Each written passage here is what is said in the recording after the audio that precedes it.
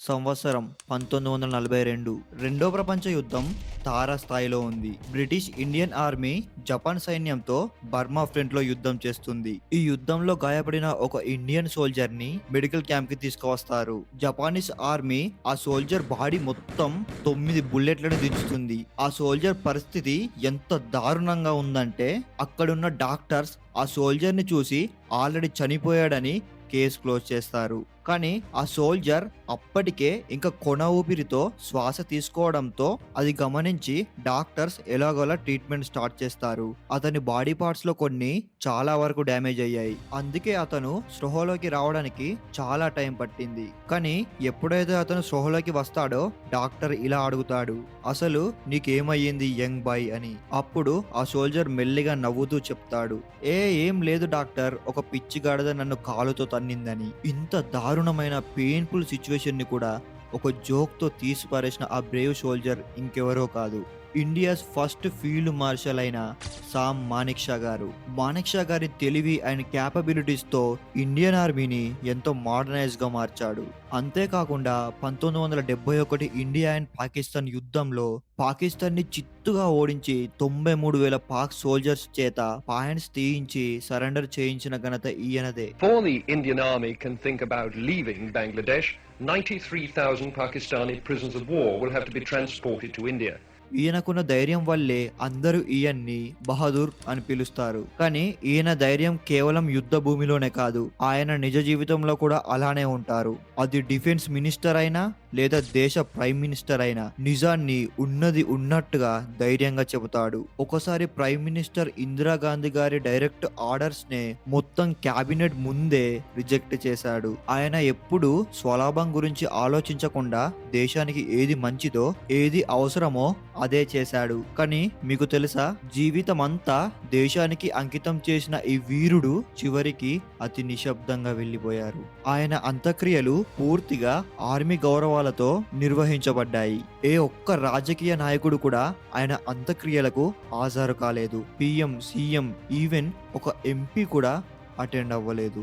దేశాన్ని గెలిపించిన సైనికుడు చివరి వీడ్కోలు అసలు ఇలా జరిగింది. దీని వెనకాల అసలు నిజాలేంటి? డాక్టర్ అవుతానని ఎన్నో కలలు కన్న ఒక కుర్రాడు చివరికి భారతదేశం యొక్క బహదూర్ ఆర్మీ ఆఫీసర్ గా ఎలా మారాడు? రండి తెలుసుకుందాం ఈ వీడియోలో మొత్తం ఫీల్డ్ మార్షల్ సామ్ మానిక్షా గారి జీవిత చరిత్ర. వీడియో చాలా ఇంట్రెస్టింగ్ గా ఉంటుంది, లాస్ట్ వరకు అస్సలు మిస్ అవ్వకండి. The Indian Army is in Bangladesh. Your air force has been destroyed. You are surrounded on all sides, and if you don't surrender, you will be killed unmercifully.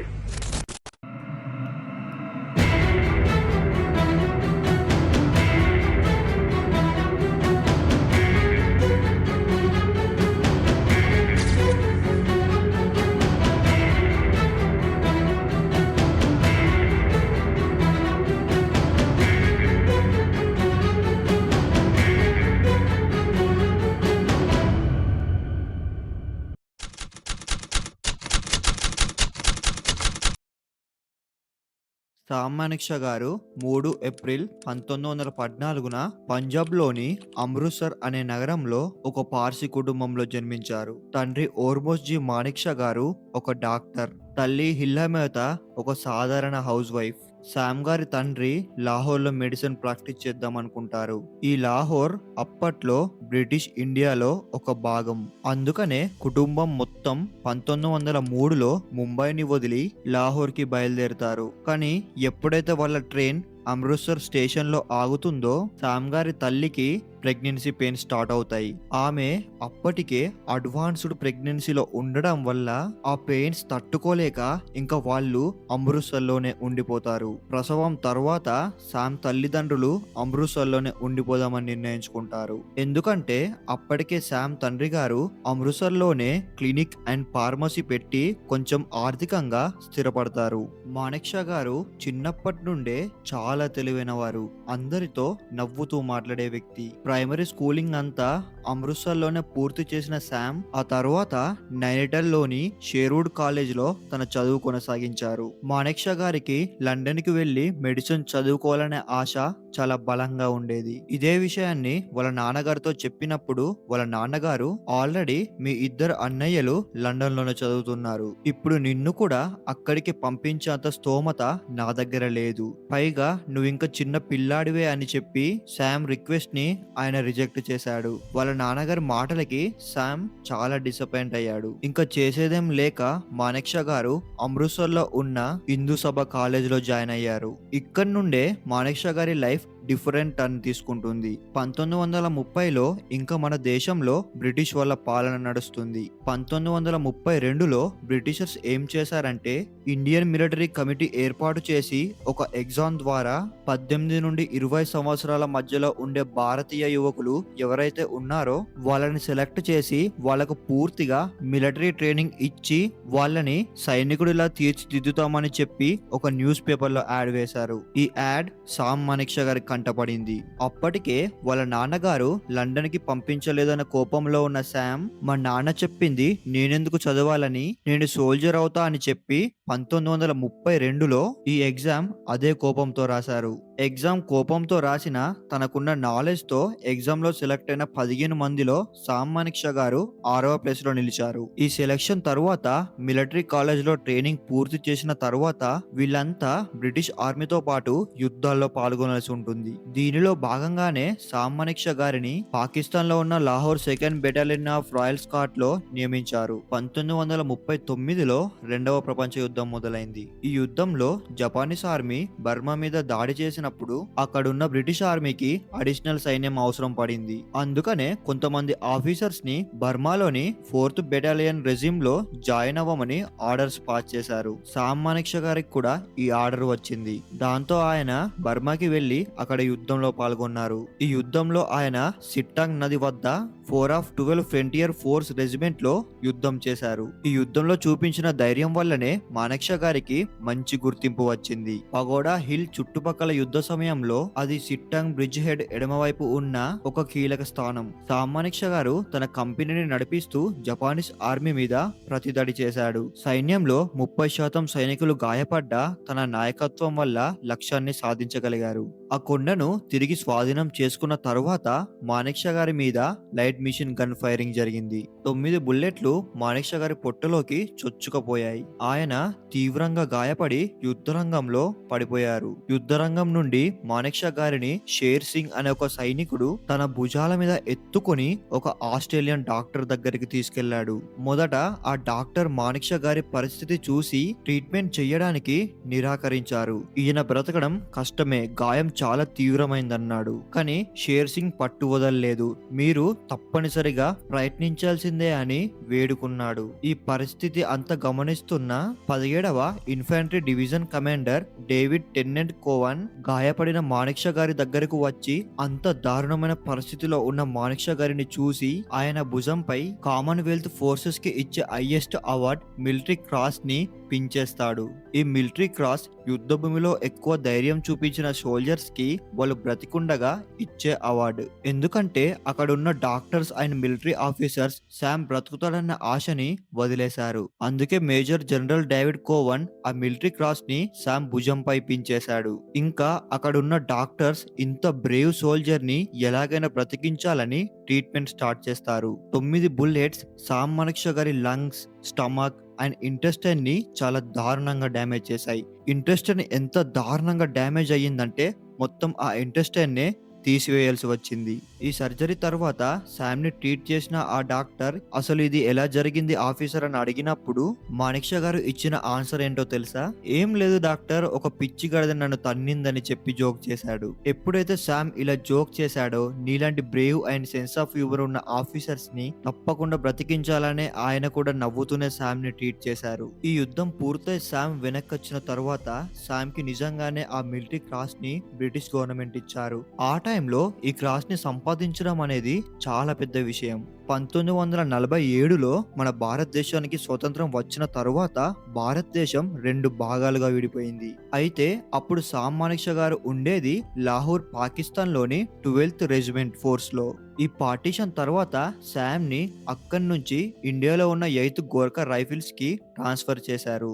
Pakistan తొలి governor అయిన మొహమ్మద్ అలీ జిన్నా పాకిస్తాన్ ఆర్మీలో చేరమని మాణిక్ షా గారిని కోరారని కొన్ని sources చెప్తున్నాయి. కానీ మాణిక్ షా గారు ఆ ఆఫర్ ని రిజెక్ట్ చేశాడు. 1947 అక్టోబర్లో మాణిక్ షాను 3rd battalion 5th Gorkha rifles frontier force యొక్క కమాండింగ్ ఆఫీసర్ గా నియమించారు. ఇక్కడ మీకు ఒక విషయం చెప్పాలి. భారతదేశానికి నిజానికి 15th ఆగస్టు 1947లో స్వతంత్రం వచ్చిన మాణిక్ షా గారు సైన్యంలో చేరింది మాత్రం బ్రిటిష్ పాలనలో ఉన్నప్పుడే. అయితే ఇది ఇప్పుడు మీకెందుకు చెప్తున్నానంటే మాణిక్ షా గారి పైన సెడేషన్ అంటే దేశద్రోహ ఆరోపణలు ఉన్నాయి. ఇది జస్ట్ గుర్తు పెట్టుకోండి. స్టోరీలో ముందు ఇంకా క్లియర్ గా ఎక్స్ప్లెయిన్ చేస్తాను. అయితే ఆయన కమాండింగ్ ఆఫీసర్ గా బాధ్యతలు తీసుకున్న లోపే అక్టోబర్ 22, 1947న పాకిస్తాన్ సైనిక దళాలు కాశ్మీర్ ప్రాంతంలోకి చొరబడ్డాయి. వారు డొమెల్ అండ్ ముజఫరాబాద్ పట్టణాలను ఆక్రమించారు. తర్వాత రోజు జమ్మూ కాశ్మీర్ రాజైన మహారాజా హరి సింగ్ భారత ప్రభుత్వం సహాయం కోరుతూ విజ్ఞప్తి చేశారు. అయితే ఈ జమ్మూ కాశ్మీర్ అనెక్సియేషన్ స్టోరీ వేరే ఉంటుంది. అది మనకిప్పుడు అవసరం లేదు. అక్టోబర్ 25న మాణిక్ షా గారు విపి మెనన్ తో కలిసి శ్రీనగర్ కు వెళ్ళాడు. అక్కడ ఆయన పరిస్థితి అంతా గాలించి అదే రోజు ఢిల్లీకి తిరిగి వచ్చి లార్డ్ మౌంట్ బ్యాటెన్ అండ్ ప్రధానమంత్రి జవహర్లాల్ నెహ్రూ గారికి వివరించారు. అక్టోబర్ 27 ఉదయం శ్రీనగర్ ని కాపాడేందుకు భారత దళాలు కశ్మీర్ కి పంపబడ్డాయి. ఇదే ఇండియా అండ్ పాకిస్తాన్ మధ్య మొదటి యుద్ధం అని చెప్పవచ్చు. శత్రువులను సిక్ రెజిమెంట్ శ్రీనగర్ వద్ద అడ్డుకుంది. తర్వాత మరిన్ని భారత బలగాలు వచ్చి ఉరి, పూంచ్, లే ప్రాంతాలను రక్షించాయి. యుద్ధం 1948 వరకు సాగింది. చివరికి ఐక్యరాజ్య సమితి సీజ్ ఫైర్ చేయడంతో యుద్ధానికి బ్రేక్ పడింది. ఆ సమయంలో పాకిస్తాన్ ఆక్రమించిన భాగమే ప్రస్తుత ఆక్రమిత పీఓకేగా మిగిలిపోయింది. అయితే మాణిక్ షా గారి పైన దేశద్రోహ ఆరోపణలు రావడానికి కారణాలేంటంటే మాణిక్ షా గారికి రాజకీయ నాయకులు ఆర్మీలో జోక్యం చేసుకోవడం అనేది అస్సలు నచ్చదు. ఆయన చాలా స్పష్టంగా చెప్పారు, రాజకీయ నేతలు ఆర్మీలో జోక్యం చేసుకోవద్దని. ఇది కొందరి రాజకీయ నేతలకు అస్సలు నచ్చలేదు. అందులో ఒకరే కృష్ణ మెనన్ గారు. ఈయన అప్పటి డిఫెన్స్ మినిస్టర్. ఈయనకు మాణిక్ షా గారి పైన ఒక అనుమానం వచ్చింది. అదేంటంటే బ్రిటిష్ ఇండియన్ ఆర్మీలో ట్రైనింగ్ తీసుకున్న ఈ మాణిక్ షా నిజంగా భారత ప్రభుత్వానికి విధేయత చూపుతాడా అని. దీనితో మెనన్ కౌల్ అనే అధికారితో మాణిక్ షా గారి పైన నిఘా పెట్టేందుకు గూఢచరులను పంపించాడు. వాళ్ళు సేకరించిన సమాచారం ఏంటంటే మాణిక్ షా గారు కొత్తగా ఏర్పడిన భారత ప్రభుత్వం కన్నా బ్రిటిష్ ప్రభుత్వానికే ఎక్కువగా లాయల్ గా ఉంటాడని. ఎందుకంటే స్వతంత్రం వచ్చిన తర్వాత కూడా మాణిక్ షా గారి ఆఫీస్ లో ఇంకా బ్రిటిష్ మిలిటరీ అండ్ బ్రిటిష్ రాణి ఫోటోస్ తీసివేయలేదు అని. దీంతో మాణిక్ షా గారి పైన కోర్టు ఎంక్వైరీ వేసి సెడిషన్ ఆరోపణలు చేశారు.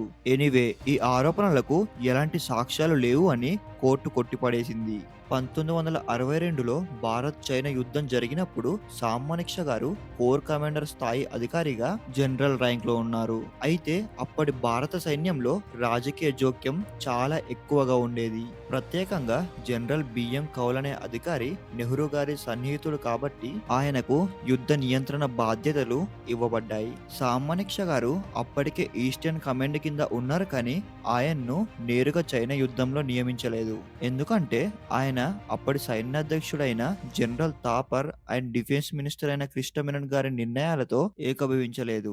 ఆయన చైనా సరిహద్దుల్లో సైనిక సిద్ధత తగినంత లేదని చాలా స్పష్టంగా చెప్పారు. కానీ ఆ రాజకీయ నాయకులు, ఉన్నత అధికారులు ఆయన అభిప్రాయాన్ని పట్టించుకోలేదు. ఫలితంగా ఆయన్ను పక్కన పెట్టి ఇతర అధికారులకు ఆ యుద్ధ బాధ్యతలిచ్చారు. దాంతో మాణిక్ షా గారు 1962 యుద్ధంలో నేరుగా పాల్గొనలేదు. దీనికి ఫలితంగా ఆ యుద్ధంలో భారత్ కు తీవ్ర పరాజయం ఎదురైంది. నెహ్రూ గారు తర్వాత పరిస్థితి అంతా బాగా విశ్లేషించి మాణిక్ షా గారి స్పష్టత, నిజాయితీని గుర్తించారు. 1963లో ఆయనను ఈస్టర్న్ కమాండ్ చీఫ్ గా నియమించారు. ఆయన సైన్యంలో డిసిప్లిన్ ఇంకా ఆత్మవిశ్వాసాన్ని తిరిగి తీసుకువచ్చారు. ఇప్పుడు ఆయన జీవితంలోనే ముఖ్యమైన అధ్యాయం 1971 యుద్ధం. అప్పుడు పాకిస్తాన్ 2 భాగాలుగా ఉండేది. ఒకటి వెస్ట్ పాకిస్తాన్ అంటే ఇప్పటి పాకిస్తాన్, ఇంకోటి ఈస్ట్ పాకిస్తాన్ అంటే ప్రస్తుత బంగ్లాదేశ్. ఈస్ట్ పాకిస్తాన్ ప్రజలతో అప్పటి పాకిస్తాన్ ఆర్మీ చాలా దారుణంగా ప్రవర్తించింది. లక్షలాది మంది ప్రజలు భారతదేశానికి శరణార్థులుగా వచ్చారు. ఇందిరాగాంధీ గారు ఆ సమయంలో ప్రధానమంత్రి. లక్షలాది మంది బెంగాలీ ప్రజలు భారత్లోని వెస్ట్ బెంగాల్, అస్సాం, త్రిపురకి రావడంతో భారత్కి చాలా ఇబ్బంది అయ్యింది.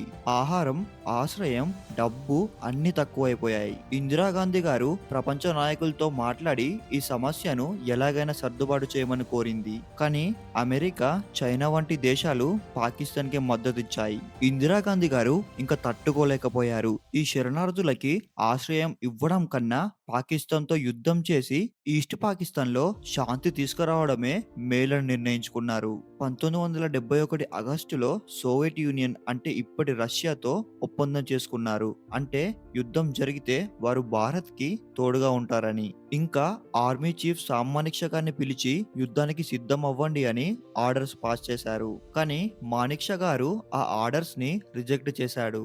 మానిక్షా గారు చెప్పింది ఏంటంటే, మేడం, ఈ సమయంలో యుద్ధం చేయడం సరైనది కాదు. మన సైన్యం సిద్ధంగా లేదు. పర్వత ప్రాంతాలు మంచుతో కప్పబడి ఉన్నాయి. యుద్ధ ట్యాంకులు ముందుకు కదలవు. రోడ్లు బాగా లేవు. వర్షాకాలం కూడా దగ్గరలో ఉంది. మేడం, మీరు ఇప్పుడు యుద్ధం కోరుకుంటే గెలవడం కష్టమవుతుంది. కానీ మీరు నాకు సమయం ఇస్తే నేను మీకు ఖచ్చితంగా విజయానికి హామీ ఇస్తాను. ఇందిరాగాంధీ గారు అతని నిజాయితీని, ధైర్యాన్ని గౌరవించింది. ఆయనకు కావాల్సిన సమయం ఇచ్చింది. తదుపరి నెలల్లో మానిక్షా గారు సైన్యాన్ని పూర్తిగా సిద్ధం చేశారు. సైనికులకు శిక్షణ, ఆయుధాల సరఫరా, వ్యూహాలు, బంగ్లాదేశ్ ముక్తి బాహినికి సహాయం.